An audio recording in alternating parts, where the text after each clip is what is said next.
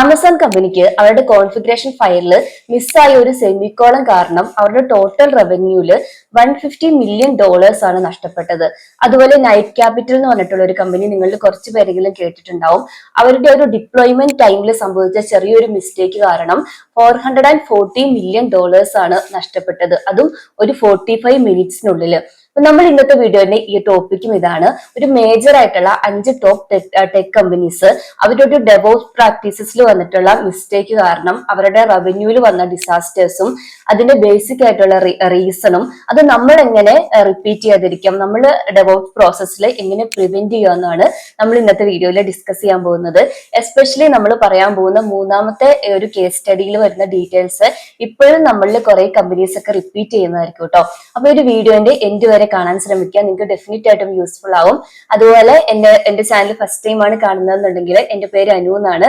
ഇതുപോലെ tech related videos ആണ് ഈ ഒരു ചാനലിൽ ഹാൻഡിൽ ചെയ്യുന്നത്. ഇതിന്റെ കൂടെ പാരലൽ ആയിട്ട് ഞാൻ ലാരാവലിന്റെ ട്യൂട്ടോറിയലും ചെയ്യുന്നുണ്ട്. അതിൽ നിങ്ങൾക്ക് PHP റിലേറ്റ് ചെയ്തിട്ടുള്ള ടോപ്പിക്സിൽ ഇൻട്രസ്റ്റ് ഉണ്ടെന്നുണ്ടെങ്കിൽ ഡെഫിനറ്റ് ആയിട്ടും ലാരാവൽ ഒരു ബെസ്റ്റ് ചോയ്സ് ആണ് ഫ്രെയിംവർക്ക്. ഞാൻ ഡിസ്ക്രിപ്ഷൻ ബോക്സിൽ ലിങ്ക് കൊടുത്തേക്കാം. ഡെവോപ്സ് റിലേറ്റ് ചെയ്തിട്ട് നമ്മൾ പ്രീവിയസ്ലി ഒരുപാട് വീഡിയോസ് ചെയ്തിട്ടുണ്ട്. അതിന്റെ ലിങ്ക് ഞാൻ ഡിസ്ക്രിപ്ഷൻ ബോക്സിൽ കൊടുത്തേക്കാം കേട്ടോ. അപ്പൊ നമുക്ക് നമ്മുടെ ഇന്നത്തെ ഒരു വീഡിയോയിലേക്ക് വരാം.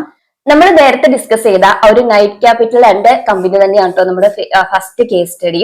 2012 ഓഗസ്റ്റ് 1 അവരുടെ പുതിയൊരു ട്രേഡിംഗ് സോഫ്റ്റ്വെയർ ലൈവിലേക്ക് വരാൻ തുടങ്ങുമായിരുന്നു.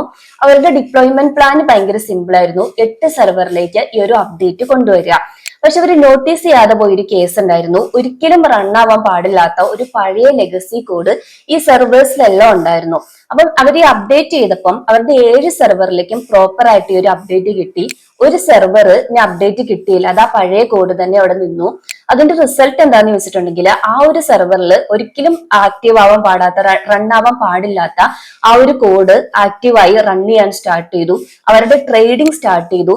അപ്പോഴെന്താ, മാർക്കറ്റ് പ്രൈസിൽ തന്നെ ഈ ഒരു പഴയ ഈ ഒരു കോഡ് കാരണം മാർക്കറ്റ് പ്രൈസിൽ തന്നെ അവർ സ്റ്റോക്ക് വാങ്ങിച്ചു കൂട്ടാൻ തുടങ്ങി. ഇമ്മീഡിയറ്റ് ആയിട്ട് അവർ ആ ബിഡ് പ്രൈസിൽ തന്നെ അവർ ഈ സ്റ്റോക്ക് വിൽക്കുകയും ചെയ്തു. അതാ ഞാൻ നേരത്തെ പറഞ്ഞേ, അവർ 45 മിനിറ്റിനുള്ളിൽ അവർക്ക് ഒരു $440 million നഷ്ടപ്പെട്ടു എന്ന്. ഒരു 4 ദിവസത്തിനുള്ളിൽ തന്നെ ഈ ഒരു കമ്പനി തന്നെ അവർക്ക് വിൽക്കേണ്ടി വന്നു. കാരണം ഇത്രയും വലിയൊരു ലോസ് ഒരിക്കലും ഒരു നോർമൽ കമ്പനിക്ക് താങ്ങാൻ പറ്റില്ലല്ലോ.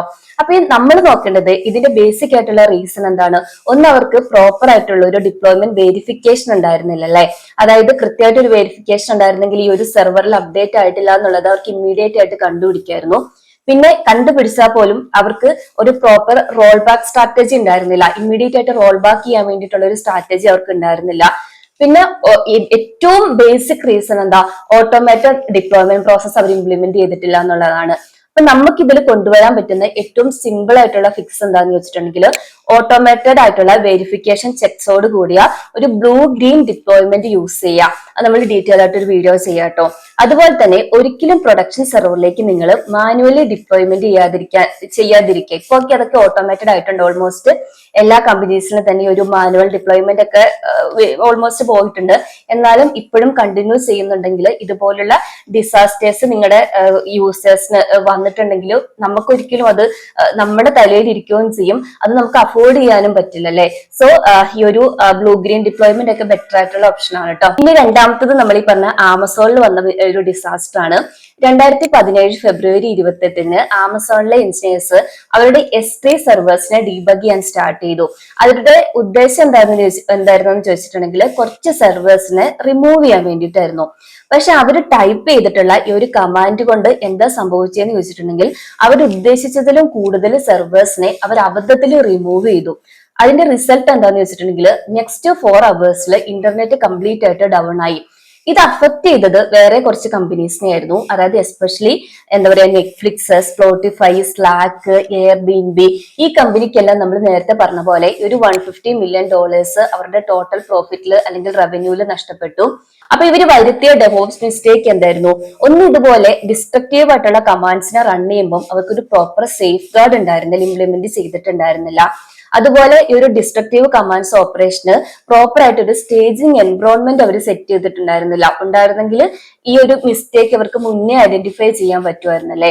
സോ നിങ്ങൾ ചെയ്യേണ്ട ഏറ്റവും സിമ്പിൾ ഫിക്സ് എന്താണെന്ന് വെച്ചിട്ടുണ്ടെങ്കിൽ ഇതുപോലുള്ള ഡിസ്ട്രക്റ്റീവ് ഓപ്പറേഷന് മുന്നേ നിങ്ങൾ ഒരു കമാൻഡ് കോൺഫിഗറേഷൻ പ്രോംപ്റ്റ് ഇംപ്ലിമെന്റ് ചെയ്യുക. സോ നമുക്ക് അവിടുന്ന് ഈ കൗണ്ടും കാര്യങ്ങളൊക്കെ കിട്ടൂലേ. അതുപോലെ തന്നെ ഇൻഫ്രാസ്ട്രക്ചർ ആസ് കോഡ് യൂസ് ചെയ്യുക. സോ നമുക്ക് എന്തെങ്കിലും ഒരു പുതിയ ചേഞ്ച് എക്സിക്യൂട്ട് ചെയ്യുന്നതിന് മുന്നേ തന്നെ ഒന്ന് റിവ്യൂ ചെയ്യാൻ വേണ്ടി പറ്റൂലോ. ഇനി മൂന്നാമത്തെ ഡിസാസ്റ്റർ നമുക്കൊക്കെ പരിചയമുള്ള കമ്പനിയാണ് ഗിറ്റ്ലാബിന്റെ കമ്പനി. 2017 ജനുവരി 3 അവരുടെ ഡാറ്റാബേസ് ഭയങ്കര സ്ലോ ആയിട്ട് ഫീൽ ചെയ്തു. അപ്പൊ നമ്മളൊക്കെ ചെയ്യുന്ന പോലെ തന്നെ അവരവരുടെ റെപ്ലിക്ക ഡാറ്റ സെറ്റിൽ നിന്ന് കുറച്ച് ഡാറ്റ റിമൂവ് ചെയ്യാന്ന് തീരുമാനിച്ചു, ഒരു സ്പേസ് ഫ്രീ ആക്കാൻ വേണ്ടിയിട്ട്. പക്ഷെ ആക്സിഡന്റലി ആ ടൈമിൽ കണക്ട് ചെയ്തിരുന്നത് പ്രൊഡക്ഷൻ ഡാറ്റാബേസിലേക്കായിരുന്നു. ഇത് നോട്ടീസ് ചെയ്യാതെ അവരുടെ ഒരു എഞ്ചിനീയേഴ്സ് ഏകദേശം 300 GB ഡാറ്റ, അവരുടെ ഒരു ലൈവ് യൂസർ ഡാറ്റ ഡിലീറ്റ് ചെയ്തു. അപ്പൊ നമ്മൾ വിചാരിക്കും അവർക്കൊരു ബാക്കപ്പ് സിസ്റ്റം ഉണ്ടല്ലോ, കുഴപ്പമില്ലാന്ന്. മാസങ്ങളായിട്ട് അവരുടെ ഒരു ബാക്കപ്പ് സിസ്റ്റം ഫെയിൽ ആയിട്ട് കിടക്കുമായിരുന്നു. ഇതും ആരും നോട്ടീസ് ചെയ്തിട്ടുണ്ടായിരുന്നില്ല. അതുകൊണ്ട് തന്നെ ഏകദേശം ഒരു 6 മണിക്കൂർ വരുന്ന യൂസറിന്റെ ഡാറ്റ പെർമനന്റ്ലി ഇവർക്ക് ലോസ് ആയി. അപ്പൊ ഇതിൽ നിന്ന് നമുക്ക് ഇതിന്റെ റൂട്ട് കോസ് ക്ലിയർ ആണ്. ഒന്ന്, നമുക്ക് നമ്മുടെ സ്റ്റേജിങ് എൻവറോൺമെന്റും പ്രൊഡക്ഷൻ എൻവറോൺമെന്റും ഡിഫറൻഷിയേറ്റ് ചെയ്യാൻ പറ്റുന്ന പോലെ മസ്റ്റ് ആയിട്ടും എന്താ പറയുക കളറോ തീമോ യൂസ് ചെയ്തിട്ട് ഡിഫറൻഷിയേറ്റ് ചെയ്യാൻ പറ്റുന്ന പോലെ ഒരു സിസ്റ്റം ഇംപ്ലിമെന്റ് ചെയ്യണം. പെട്ടെന്ന് തന്നെ നമുക്ക് മനസ്സിലാക്കി എടുക്കാൻ പറ്റുന്ന ഇപ്പൊ കണക്ട് ചെയ്തിരിക്കുന്ന ഏതാന്ന്. ഒന്ന്, ഡിലീറ്റ് ഇതുപോലത്തെ വലിയ വലിയ ഓപ്പറേഷൻസ് ഒക്കെ ചെയ്യുന്നതിന് മുന്നേ അതെങ്കിലും അറ്റ്ലീസ്റ്റ് ചെക്ക് ചെയ്തിട്ടുണ്ടാവണം. ചെക്ക് ചെയ്യുന്നതിനൊക്കെ മുന്നേ തന്നെ നമുക്ക് ഈ ഒരു കളറും തീമൊക്കെ ആണെങ്കിൽ പെട്ടെന്ന് നമുക്ക് ഐഡന്റിഫൈ ചെയ്യാൻ പറ്റുമല്ലോ. ഈ രണ്ടാമത്തെ എന്താന്ന് വെച്ചിട്ടുണ്ടെങ്കിൽ ഒരു ബാക്കപ്പ് സിസ്റ്റം ഇവിടെ മോണിറ്റർ ചെയ്തിട്ടില്ല എന്നാണ്. അറ്റ്ലീസ്റ്റ് നമുക്ക് റിക്കവർ ചെയ്തെടുക്കാനെങ്കിലും പറ്റുമായിരുന്നു ബാക്കപ്പ് സിസ്റ്റത്തിൽ നിന്ന്. അപ്പം ഒരു ബാക്കപ്പ് സിസ്റ്റം ആണെങ്കിലും അതുപോലെ തന്നെ ഒരു റിക്കവറി ടെസ്റ്റ് ആണെങ്കിലും റെഗുലർ ആയിട്ട് നമ്മൾ കണ്ടക്ട് ചെയ്യണം. അറ്റ്ലീസ്റ്റ് മന്ത്ലി എങ്കിലും കണ്ടക്ട് ചെയ്യണം. ഇനി 2013 ടാർഗറ്റിന്റെ ഭാഗത്തുനിന്ന് വന്ന മിസ്റ്റേക്ക് ആയിരുന്നു.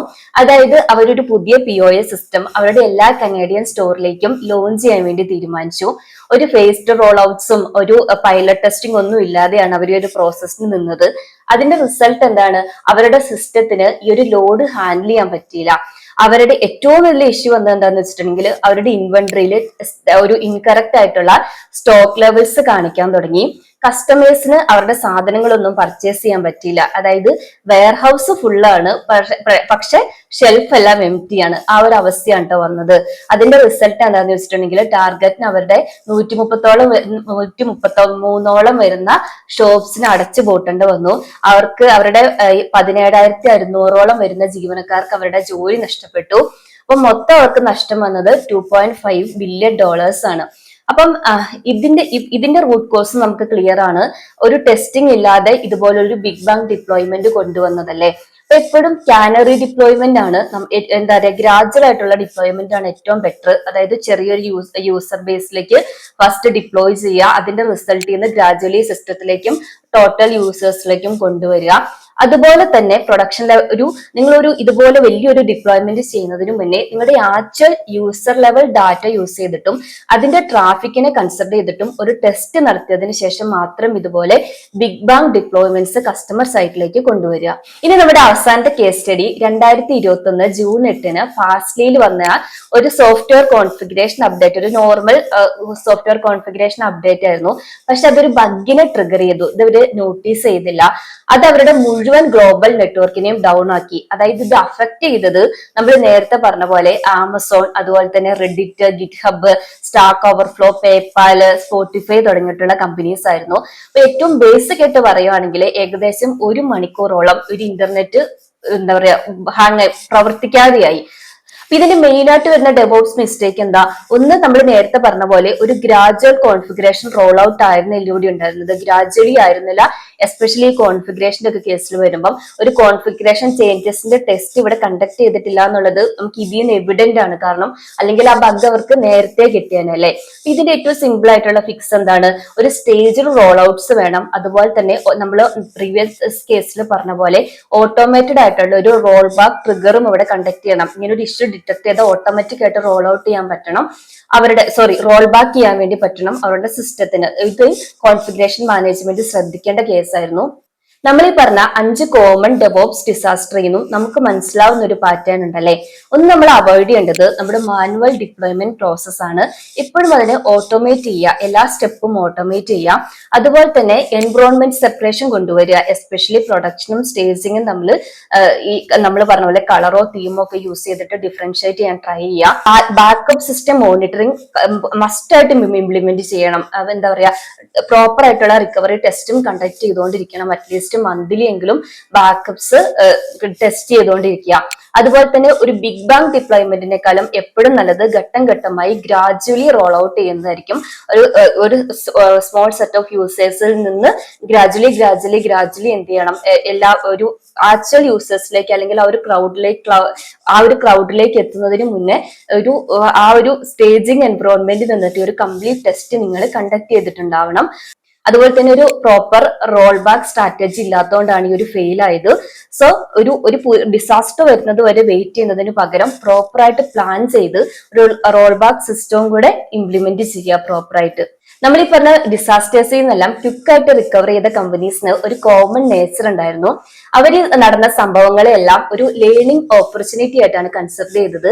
അവരവരുടെ ഡെവോപ്സ് പ്രാക്ടീസസിലേക്ക് അല്ലെങ്കിൽ ഇംപ്ലിമെന്റേഷനിലേക്ക് കൂടുതൽ ഇൻവെസ്റ്റ് ചെയ്യാനും അതിലേക്ക് കോൺസെൻട്രേറ്റ് ചെയ്യാനും സ്റ്റാർട്ട് ചെയ്തു. കാരണം അവർക്ക് മനസ്സിലായി ഡിപ്ലോയ്മെന്റ് എത്രത്തോളം സ്ട്രോങ് ആണോ അത് അത്രത്തോളം അവരുടെ കസ്റ്റമേഴ്സിനെ പിടിച്ചു നിർത്താനും അല്ലെങ്കിൽ അവരുടെ മുൻപോട്ട് പോക്കിനാണെങ്കിലും കസ്റ്റമർ സാറ്റിസ്ഫാക്ഷൻ ഒക്കെ ആണെങ്കിലും അത് ഡിപ്പെൻഡ് ചെയ്തിട്ടാണ് ഈ ഒരു ഡെവോപ്സ് നിൽക്കുന്നതെന്ന്. അപ്പൊ ഇന്നത്തെ വീഡിയോ ഇത്രയേ ഉള്ളൂ. ഞാൻ ഈ പറഞ്ഞ ഡിസാസ്റ്റേഴ്സിൽ നിങ്ങൾക്ക് ഷോക്കായി അല്ലെങ്കിൽ നിങ്ങളെ കൂടുതൽ ചിന്തിപ്പിച്ചത് ഏതാണെന്ന് കമന്റ് ബോക്സിൽ പറയാട്ടോ. ഇതുപോലുള്ള കൂടുതൽ ഡെവോപ്സ് വീഡിയോസിനും അതുപോലെ തന്നെ അല്ലാത്ത ടെക് വീഡിയോസിനും വേണ്ടിയിട്ട് ഈ ചാനൽ ഒന്ന് സബ്സ്ക്രൈബ് ചെയ്യുക.